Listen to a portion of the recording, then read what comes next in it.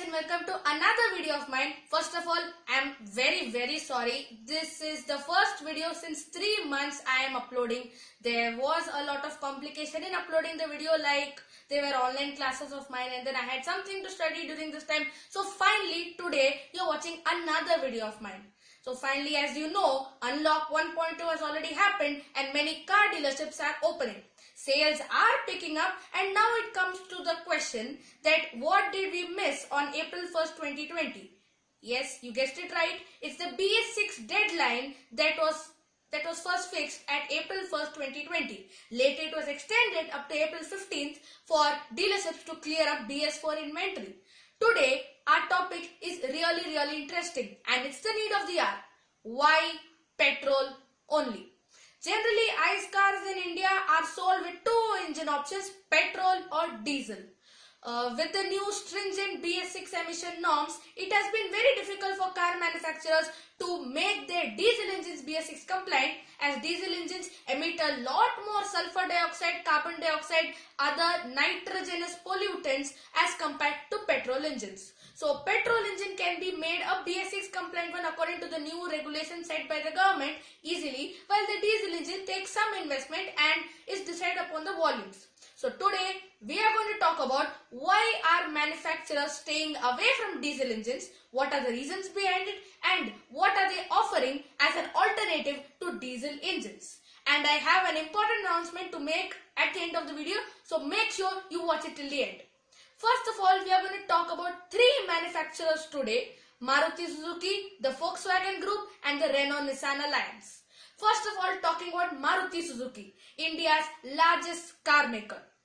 Maruti Suzuki had two diesel engines in their lineup, a 1.3 litre multi-jet Fiat source diesel engine, what Maruti called as DDIS, in two states of tune, 75 horsepower and 90 horsepower. This diesel engine found its way first way back in 2007 when the Swift diesel was launched, and it was a runaway success. Later, Maruti Suzuki found that the diesel engine is very efficient and took the step to launch the first small car diesel AMT combination. The AMT also proved to be a very good success for Maruti Suzuki and later prompted Maruti to get the AMT technology in more cars, including the other petrol ones. Maruti Suzuki already has a long range of CNG cars and they are currently banking on the CNG range to get as an alternative to diesel engines. Maruti also launched a new 1.5 litre 95 horsepower diesel engine at the end of their decision. This diesel engine found its way only in the Ciaz and the Ertiga, and ironically, Maruti had just launched the Ciaz diesel 1.5 a week before it had announced that no more Maruti diesel will ever be made. And a week later, Maruti did introduce that engine in the Ertiga and the Tour H variants of the Ertiga, if I am not wrong. And later it was discontinued due to the BS6 deadline. So, why did Maruti do so? First of all, the 1.3 litre multi-jet diesel engine was not an in-house diesel of Maruti Suzuki. It was produced by Fiat and it was used in many cars of Maruti Suzuki, Chevrolet and Tata. This diesel engine was very frugal and an efficient motor. It gave adequate performance in the city as well as in the highway and got a very good overall claimed fuel efficiency. The reason behind the discontinuation is that this diesel engine would require a lot of investment, which was more than its volumes, to convert this engine into a BS6. Moreover, Fiat was struggling financially in India, so this were one of the reasons why this engine is discontinued. Maruti also had launched a 793cc diesel engine, a two-cylinder one, in the Celerio. That diesel engine failed because it was just too small for city use, and the Tata Tiago diesel was doing much better even in terms of performance, ride quality as well as sales volumes for Tata. Now we come on to the 1.5 litre diesel engine. This got a lot of attention of many people that this engine would be a changer for Maruti in the segment, but it did not. This diesel engine came in too late as per me, and by the time it had already come, Maruti had already announced that it won't make any diesel engine anymore. Maruti currently has 5 petrol engines. If we don't consider the first one, which is the 800cc F83 motor which produces 48 horsepower, which is there in the Alto 800. And then there is a 1 liter K10B petrol engine which produces 68 horsepower and 90 Newton meters of torque, found in many Maruti cars like the Espresso and the WagonR. Then there is a 1.2 liter K12B engine which produces around 83 horsepower, which is found in the Swift and the Dzire. And now the new Dzire gets a new engine, a 1.2 liter K12C motor which produces 90 horsepower along with a small mild hybrid system.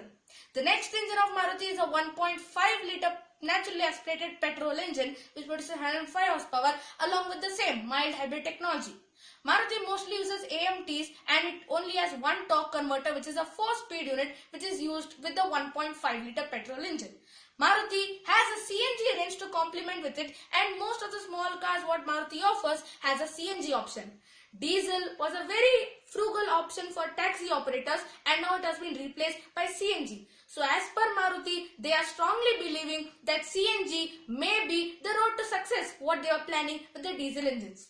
Moving from one car maker to another, now I am going to talk about the Volkswagen Group. The Volkswagen Group is known for making very reliable, robust and superb handling cars. They were mostly for the enthusiastic driver or the person who mostly takes the driver's seat instead of the back seat. Volkswagen did produce some good cars in India like the Polo, the Vento and the Ameo. Volkswagen recently discontinued the Ameo because both of its engines were not going to be made BS6 compliant. Volkswagen currently has 3 main petrol engines to offer. First is a 1 liter turbo petrol engine which produces 110 horsepower, which is found in the Polo, the Vento and the Skoda Rapid, and it will also be found in Volkswagen's Creta Rival and also Skoda's Creta Rival. And then there is a next 1.5 liter turbo petrol Evo TSI engine. TSI stands for Turbo Stratified Injection. That engine produces 150 horsepower and it is found in the Karoq, in the Skoda Karoq and the Volkswagen T-Roc. It is also been introduced in the new Volkswagen Tiguan facelift, the 2021 model, which was revealed a week earlier. And then there's a 2 liter TSI engine producing 190 horsepower, which is found in the Tiguan Allspace and the Skoda Superb. The Skoda Kodiaq will get the same engine soon, but I don't think the Volkswagen Passat is going to get that engine because Volkswagen Passat is not much an important product for the Volkswagen as the Superb is for Skoda. The Volkswagen Passat only sold more than the Superb when Volkswagen offered discounts to clear stock. Now Volkswagen is also planning to get CNG option on its next Creta fighter, which will mostly be called the Taygun. It did reveal its plans at the 2020 Auto Expo and had a long product offensive for India. Currently, their engines are mostly for the driver-focused person and their diesel engines were actually very frugal, refined and good to drive as well. The TSI engine or the TSI range of Volkswagen, which stands for Turbo Stratified Injection, was mostly for the enthusiastic driver. And then next, moving from one car maker to another, we go to the Renault-Nissan Group. The Renault-Nissan Group currently has 4 engines to offer. First is the 0.8 liter engine which is present in the Kwid just to rival the Alto. And then next there's a 1 liter BR10 petrol engine which produces 69 horsepower, which is found in the Kwid, Kwid AMT, Triber and the Triber AMT. And then there's a 1.5 liter naturally aspirated petrol engine which produces 106 horsepower, which is found in the Duster. And then there's a new engine, the 1.3 liter turbo petrol engine which produces 158 horsepower, which is found in the Nissan Kicks and also will make its way into the Renault Duster. This engine is mated to the CVT gearbox. What Nissan actually did with this engine, that they got it too late into the market. They are claiming that it's the most powerful engine in the segment, but actually it has come in too late. The Creta and the Seltos are ruling the segment, and Nissan getting this engine too late, that too with the CVT gearbox, which may disappoint enthusiasts so much, is not a good decision according to me. Nissan did have a wonderful 1.5 liter K9K DCI diesel engine which produced 85 horsepower and 110 horsepower in 2 different tuning states.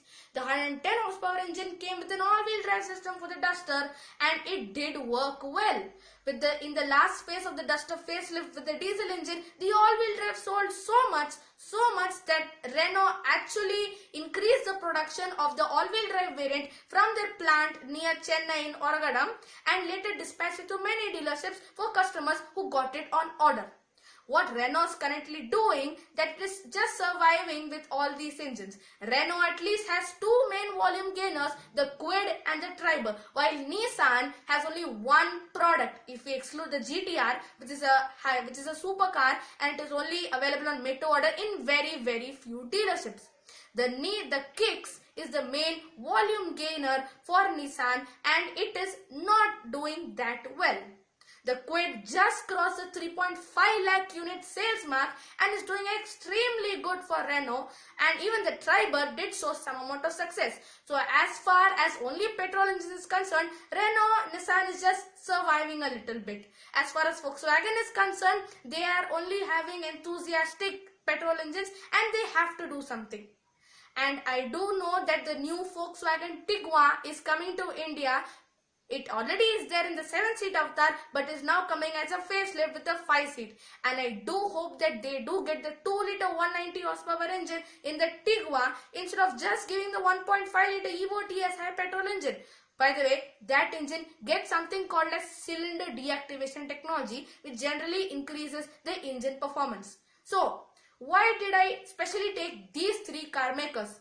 Number one, they have some plan of getting a CNG, or in their current or in their worldwide lineup have at least one CNG model. Maruti, as you know, has a long CNG model. Volkswagen has CNG models planned for India, and Renault does sell CNG models in the foreign market. Number two, why did I choose these three car makers is that all had a 1.5-liter diesel engine which later got discontinued because it was just not they could not meet the BS6 emission norms with this engine. Maruti with the 95 horsepower DDI 225 engine, Volkswagen had a 1.5-liter TDI engine, and Renault had the wonderful 1.5 K9K DCI diesel engine. So what are they trying to do right now? They are just trying to sell their own petrol cars to just survive. Maruti does have 50% market share in the Indian market, and every one of two cars on Indian roads is a Maruti. So Maruti as a car maker is doing well. Volkswagen does have to up its game in terms of this and also in terms of pricing. The new cars whatever Volkswagen is currently launched, the T-Roc, the Tiguan Allspace, the Skoda Karoq and the Superb, all are imports. Apart from the Polo, Vento and the Rapid, all vehicles in their lineup are imports. So they do have to keep the pricing in check regarding which model has to be priced in which segment according to the size. Because as Indians, we only go by the size of an SUV rather than the good performance of it. Renault is doing good, is keeping up the pace with the Triber and the Kwid, but it has to do something with the Duster or just get their 1.3-liter turbo petrol from the Duster. And as per me, that was one engine which could have saved the Captur from sinking. It is currently discontinued. And then Nissan has to do something with the Kicks features. They should have given it a comprehensive feature update when it gave this engine in. And now Nissan is trying to get electric mobility to India. Nissan, you have to focus on your petrol engines instead of going somewhere further. Just up your game in terms of petrol engine and offer more products. Nissan is getting the Magnite, but it will be too late when the Magnite comes in, as the competition is gearing up to face more heat from more new competitors. On that note, it's time to sign off, but before that, I would like to make a very important announcement on this video. I am launching my own automobile Q&A portal. It is called ASAA, which stands for Ask Said Anything Automobile. Yes, I will take your automobile questions and answer them on the video. My mail ID is in the description below and you can mail it to me freely. On that note, it's time to go. Please, if you like this video, please hit the like button. If you are new to the channel, subscribe to my channel and do hit the bell icon so that you get a notification whenever I put a video. And I just forgot to tell you that my comments have been disabled. So whenever I tell you to comment, it means you can send me comments on my mail ID. It's there in the description below. On that note, bye bye and thanks for watching.